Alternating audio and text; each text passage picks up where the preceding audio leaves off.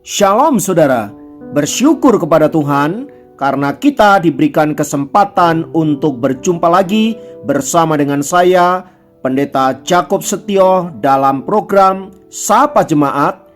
Kali ini saya ingin mengajak kembali untuk kita bersaat teduh secara pribadi dengan Tuhan. Mari kita berdoa. Tuhan, kami rindu lawatan firman-Mu boleh memenuhi kami supaya kami mengerti akan kehendak-Mu, dan biarlah sepanjang hari ini menjadi hari yang diberkati Tuhan dan firman-Mu yang akan menuntun kami.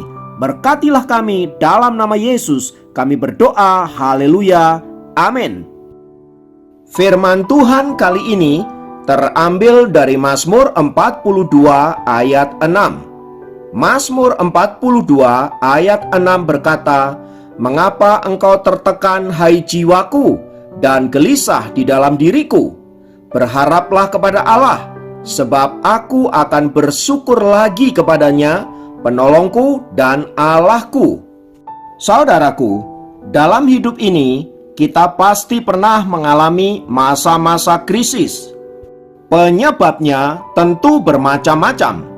Tetapi yang terpenting saudaraku, bukan penyebabnya itu, melainkan bagaimana kita merespon krisis dengan baik agar kita dapat keluar dari situasi itu dan menjadi lebih baik dari sebelumnya.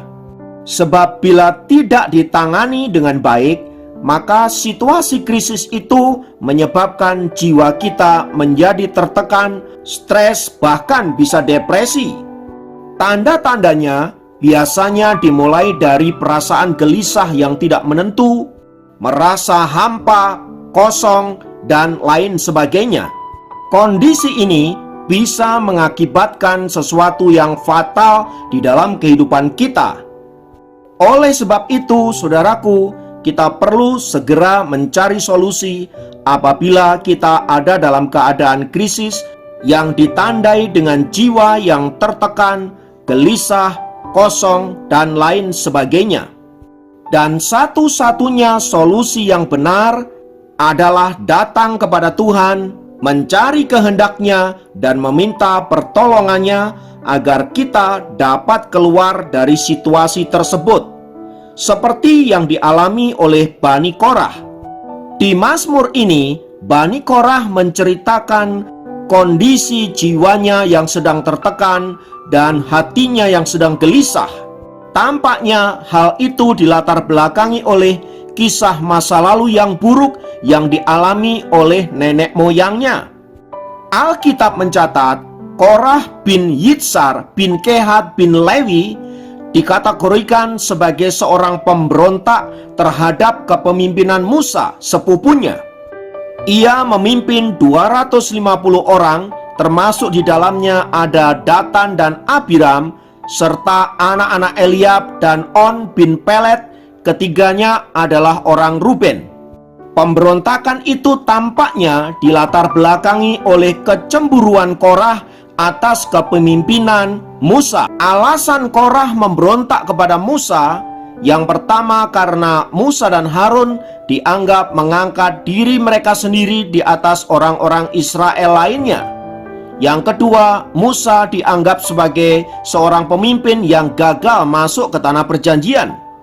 Dan yang ketiga, Musa dan Harun dianggap memonopoli jabatan imam untuk diri mereka sendiri. Tetapi apapun alasan pemberontakan Korah ini, menyebabkan Korah dan rombongannya kemudian dihukum oleh Tuhan. Peristiwa itu, saudaraku, tentu saja sangat membekas di dalam diri orang-orang Israel, terlebih bagi keturunan Korah itu sendiri. Akibat pemberontakan nenek moyangnya itu, saudaraku, maka Bani Korah atau keturunan Korah dianggap atau dicap sebagai kaum pemberontak.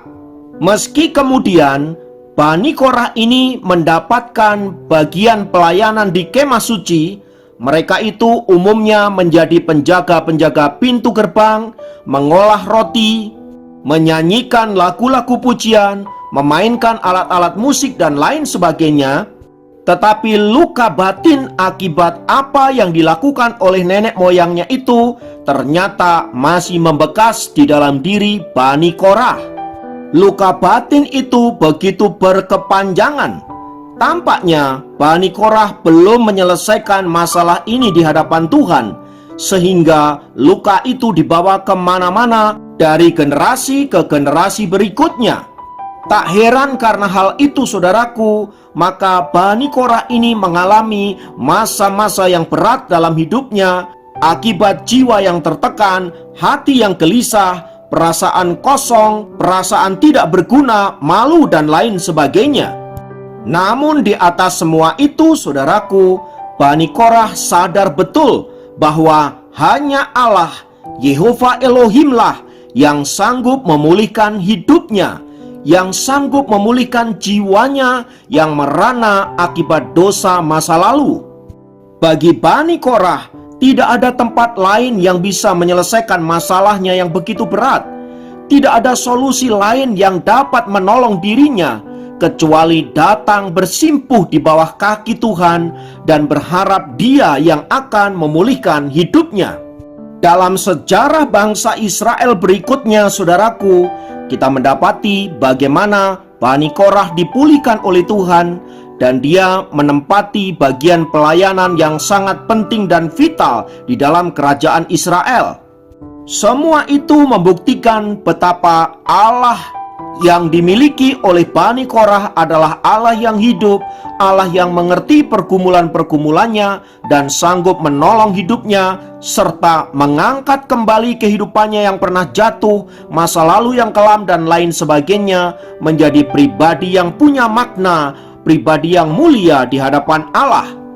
Nah, hal yang sama juga dapat kita alami, saudaraku. Maka ketika kita ada dalam situasi jiwa yang gelisah, merana, kosong, hampa, apapun penyebabnya, mari kita datang kepada Allah di dalam Tuhan kita, Yesus Kristus. Dialah penolong kita, Dialah pemulih hidup kita, Dialah pelepas kita, dan oleh Dia kita akan mendapatkan sukacita yang sejati, pertolongan yang sejati. Mari jangan ragu datang kepada Allah, percayalah sepenuhnya, maka pertolongan akan menjadi milikmu.